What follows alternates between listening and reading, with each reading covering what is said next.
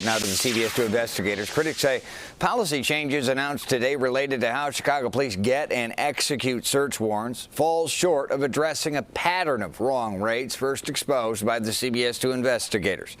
For the first time, police will have to track wrong raids that result from faulty information, like the raid on Anjanette Young, who was undressed, getting ready for bed when officers busted into her home in 2019.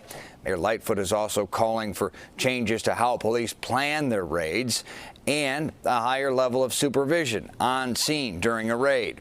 Here's CBS 2 investigator Dave Savini.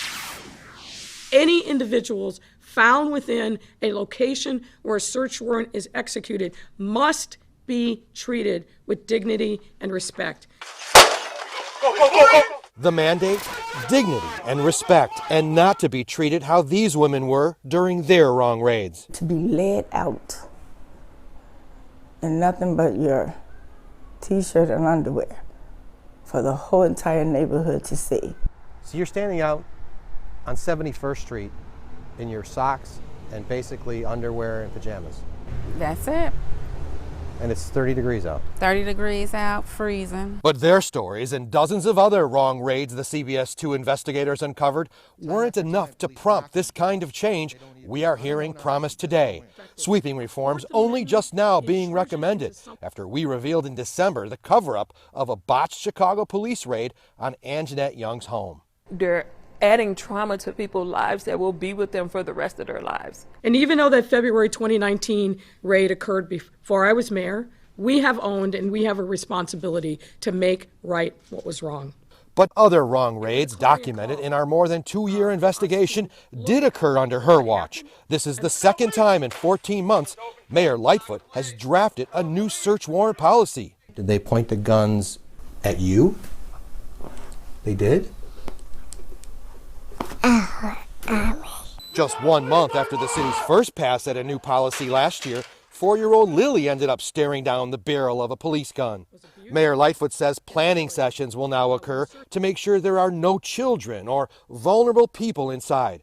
And any time a gun is pointed, it will be logged and investigated. Do you remember what the police did to that door?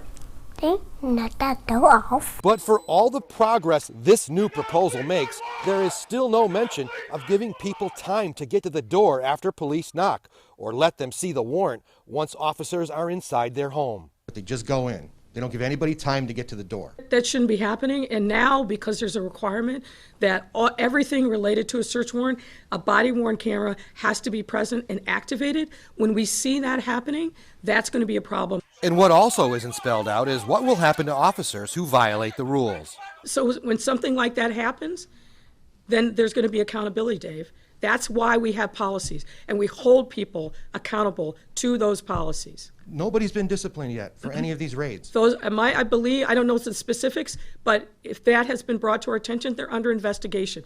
So this is just a draft policy that the mayor has put out there, and it's open to review and more changes for at least the next 2 weeks. But one component that is truly lacking here is language about discipline. Will officers be disciplined? How will that look? When will it start happening? It's clear none of the officers involved in any of the raids we've exposed over the last 2.5 years have ever been disciplined. Dave Savini, CBS 2 investigators. To dive into our coverage and see more stories from the wrong raid victims, head to the CBS Chicago app and click on the CBS 2 Investigators tab.